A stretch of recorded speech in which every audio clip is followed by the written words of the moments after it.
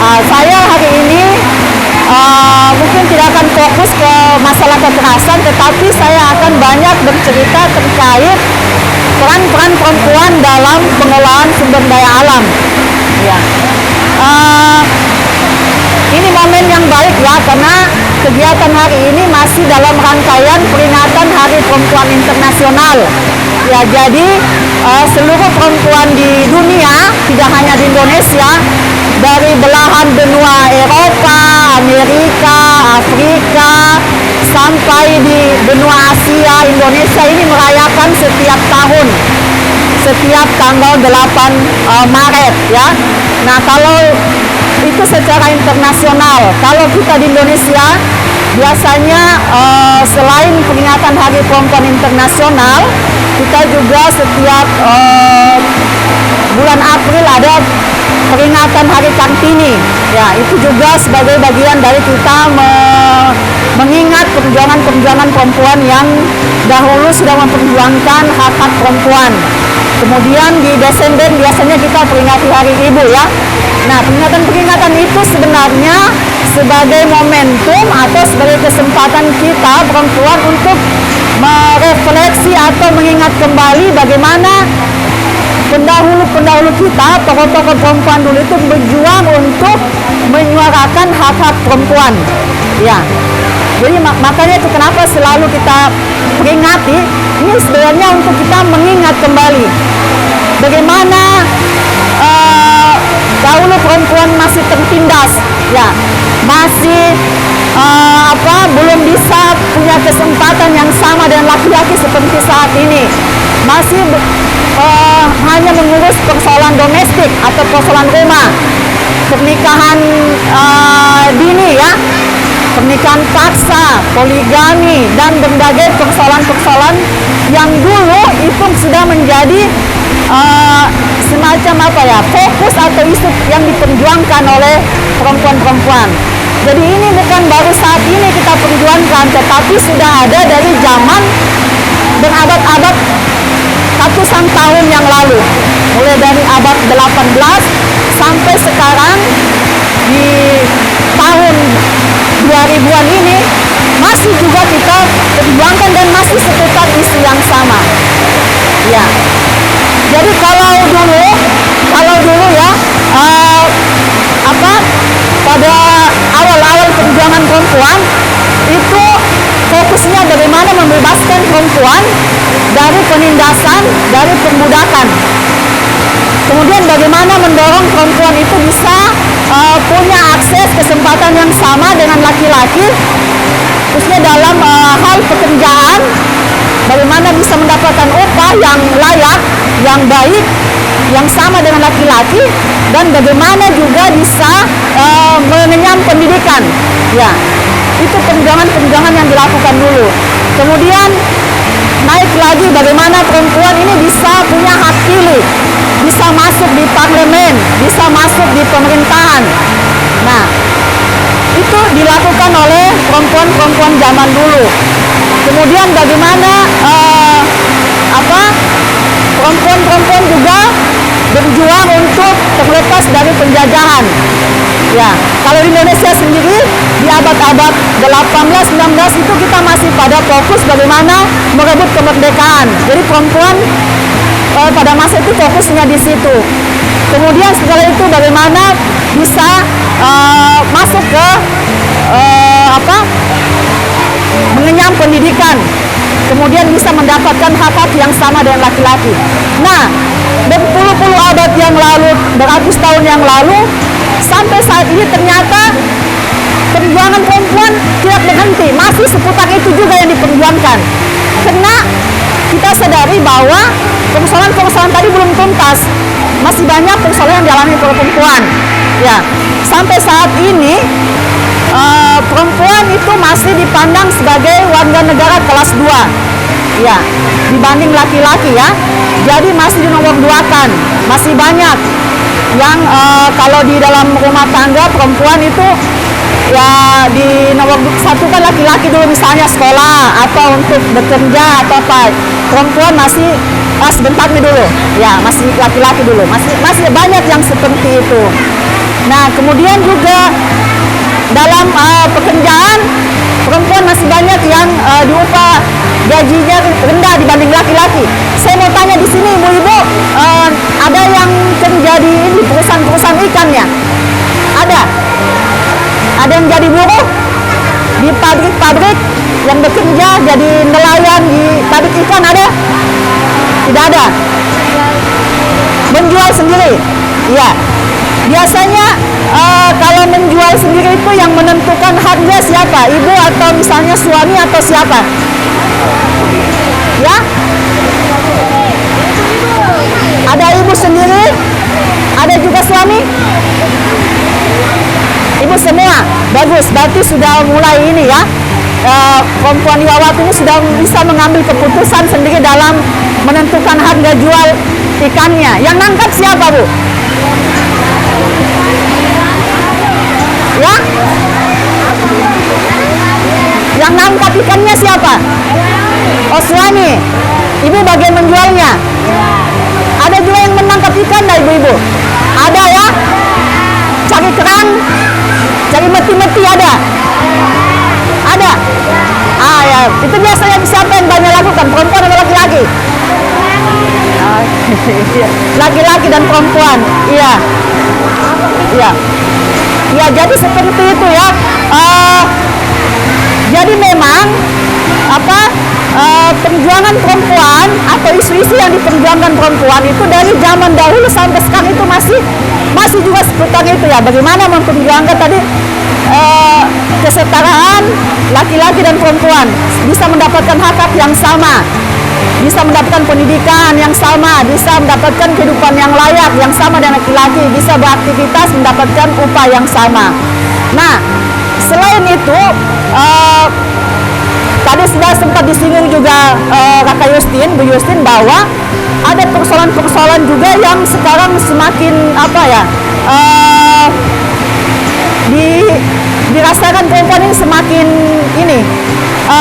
hari ini semakin menjadi isu yang seksi kalau orang bilang ya, yaitu adanya pemanasan global ya. Dalam beberapa kajian perempuan itu disebutkan bahwa perempuan ini punya hubungan yang erat dalam menjaga bumi, dalam menjaga kelestarian lingkungan ya. Contohnya tadi sudah disebutkan sama Ibu Ira, bahwa di sini perempuan di Wawatu sudah sering terlibat dalam kegiatan menjaga mangrove ya, menanam mangrove. Mangrove itu apa namanya? Bakau. Pernah dilakukan ibu-ibu di sini? Tanam bakau. Pernah ya? Ya. Nah, itu tujuannya apa, Bu? Tujuannya apa? Supaya apa? Ada yang bisa? Ya, coba. Ayo. Apa tujuannya? Supaya terhindar dari banjir. Terhindar dari banjir. Oke. Ya. Apa lagi, Bu? Ya. Ayo. Tadi saya dengar bisik apa? Sebut saja. Sebut saja. Ayo. Indah. Oh, tidak. Oke. Iya. Ya, itu salah satu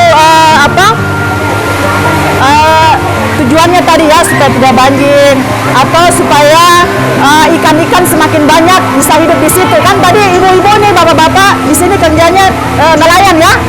Kalau sudah tidak ada mangrove-nya ya, pasti ikannya juga akan semakin menjauh. Ibu-ibu nanti, bapak-bapak kalau pergi mencari ikan akan semakin jauh ya. Nah, apalagi sekarang menangkapnya masih pakai yang tradisional atau yang sudah kapalnya besar? Masih kapal kecil, pakai pukat ya. Nah, itu kan tidak bisa pergi yang jauh-jauh ya, masih di pesisir sini. Nah, itu ya kenapa. Kemudian kenapa perempuan ini penting dalam menjaga kelestarian alam, khususnya yang pesisir ini? Karena itu tadi ada aktivitas dari ibu-ibu ini yang memang kegiatan domestiknya itu dalam menyiapkan sandang ya, menyiapkan pangan ya, menyiapkan pangan, kemudian membantu suami juga dalam mencari nafkah tadi ya, sebagai dalam mencari kerang dan ini, sehingga kenapa dalam beberapa kajian perempuan dan lingkungan itu perlu dijaga, karena aktivitas perempuan itu seputar situ. Gitu. Kemudian juga isu yang tidak kalah penting adalah saya ambil contoh di Konsel aja ya, di sekitaran sini kita melihat banyak tambang ya, banyak tambang. Ada tambang batu, tambang apa lagi? Nikel, tambang batu ya. Itu kalau batunya di hutan gunungnya ditambang terus, kira-kira dampaknya apa, Bu? Ya? Apa? Debu, dampaknya debu. Kalau selain debu apa lagi? Kalau gunungnya ditambang terus?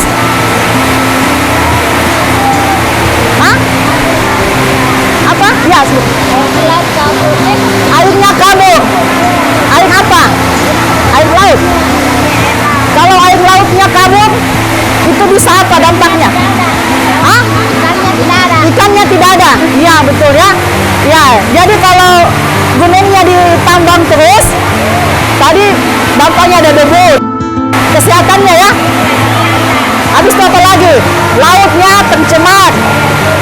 Kalau tercemar ikannya mati ya, apa-apa? Mati, lari ya. Kalau ikannya lari, mati, ibu-ibu susah nggak dapat ikan nanti? Susah ya? Kalau sekarang masih, kalau dibandingkan berapa tahun yang lalu dan sekarang masih susah nggak atau masih gampang nggak dapat ikan? Ya. Ibu ini juga. Ayo Bu, ayo. Tadi bilang apa? Ya. Oke. Ya, kalau ini apa? Gunungnya yang sana itu ditambang terus. Tadi katanya ikannya nanti lari karena debu apa itu lagi, lumpurnya lagi ke laut. Ikannya ini. Kalau ini susah nggak nanti dapat ikan? Susah ya.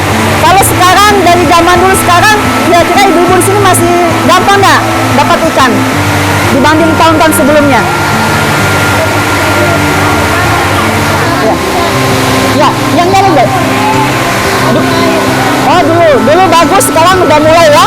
Ya itu. Ya kata ibu siapa? Ibu siapa? Ibu Nani. Ya Ibu Nani bilang dulu berapa tahun yang lalu sebelum penambangan batu ini sebelum seperti ini ya, itu ikannya masih banyak katanya di laut. Betul nggak? Ya, ikannya masih banyak, masih ini. Tapi kena penambangan batu ini semakin sering ini ya, semakin besar, mengotori, mencemari laut, ikannya banyak yang lari katanya ya, sudah kurang itu. Nah itu salah satunya. Nah, kira-kira kalau seperti itu Bu, apa yang harus dilakukan supaya ini ikan-ikan tidak lari? Bisa bantu Bu ya? Kira-kira apa yang bisa dilakukan oleh ibu-ibu supaya lingkungan ini tetap terjaga, ikannya tidak lari, ikannya tidak mati, atau ikannya semakin banyak? Kira-kira apa yang harus kita lakukan oleh ibu-ibu? Ya? Ada? Apa kira-kira yang bisa dilakukan? Ada yang bisa bantu saya enggak? Ya. Ada apa yang bisa kita lakukan supaya lingkungan pesisir ini bisa terjaga kembali, ikannya tidak mati, ikannya tidak lari, lingkungannya tidak tercemar? Ya? Sebut dulu. Ya. Ya. Yang pertama dengan cara menjaga kebersihan lingkungan pantai, membuang sampah di sekarang. Tidak buang sampah, menjaga lingkungan. Tadi ada lagi yang beda ini, Ibu. Apa? Oh sama Ji. Iya. Ya, jadi itu salah satu yang bisa kita lakukan, menjaga tidak buang sampah, terus tidak mengotori laut. Nah, terus bagaimana nih kalau tambang-tambang ini tetap beroperasi? Kan tadi yang bilang gara-gara tambang ini katanya lautnya tercemar. Nah, bagaimana caranya? Karena kaburnya lari ke laut. Kalau musim hujan banjir, tambah kabur. Jadi ikannya tambah jauh. Iya. Mencari saja orang pergi pulau-pulau. Iya. Bisa. Tadi ibu siapa namanya? Rusmiati. Ibu Jadi kayak apa? Tambang itu mencemari laut ya. Hujan kayak tadi ini banjir turun ke laut. Ya, jadi kabur di situ. Ikannya lari ke laut. Dasar laut. Ikannya kabur ya, yang kabur. Yang kabur. Iya. Sehingga orang mencari pulau-pulau. Oh, jadi karena akhirnya sekarang ibu-ibu atau bapak-bapak ini melautnya jauh keluar ya ke pulau. Kalau tidak bensinnya tidak akan dibakar. Berarti ada meningkat pengeluaran kalau begitu. Karena tambah bensin ya. Karena bensin tambah naik. Bensin tambah naik, Karena beras naik. beras naik. Ya. Oke. Kalau begitu yang susah siapa? Ah, iya. Jadi yang susah kembali ke perempuan ya.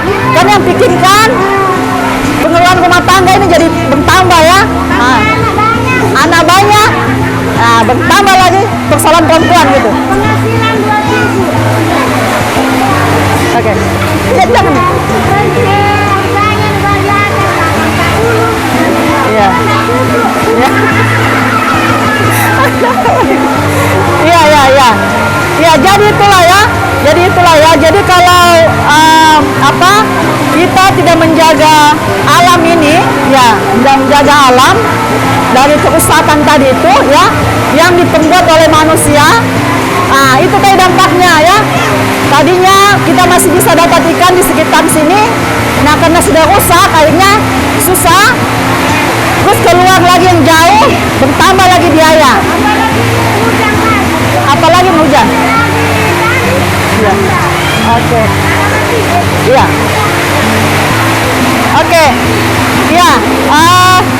Ya, jadi itu ya. Jadi itu pentingnya. Kenapa? Penyadaran kepada kita semua ya, terutama perempuan, karena perempuan yang banyak bersentuhan langsung dengan kegiatan-kegiatan tadi ya, sehingga kenapa penting itu diberikan penyadaran bahwa perempuan ini punya andil, punya peran yang penting dalam menjaga alam, tidak hanya laki-laki. Kalau dalam kajian perempuan yang feminis itu, bahwa kerusakan ini lebih banyak diakibatkan oleh laki-laki atau sifat maskulinnya laki-laki ya, eksploitasi alam tadi ya, yang ini karena perempuan itu dihentikan dengan sifat yang lembut, kemudian merawat dan menjaga alam ya, itu. Nah, kenapa kalau ada kerusakan yang paling banyak terdampak dan paling banyak merasakan langsung adalah perempuan, karena sudah sifat-sifat yang tadi itu, dia lebih dekat dengan alam. Sehingga seperti itu. Ada yang mau ditanyakan? Ibu, atau yang mau ditambahkan? Sepertinya sudah capek ya? Sudah ada yang capek, sudah ada yang gelisah ya, sudah mau buka puasa ya. Oke, kalau begitu mungkin kita cukupkan, nanti kita buka diskusi saja ya, kalau masih ada waktu setengah jam sebelum buka puasa. Kalau ada yang ingin menanyakan lebih lanjut 3 materi tadi, nanti moderatornya akan mempersilahkan ya. Saya kira itu saja, terima kasih. Kita tepuk tangan dulu Bu.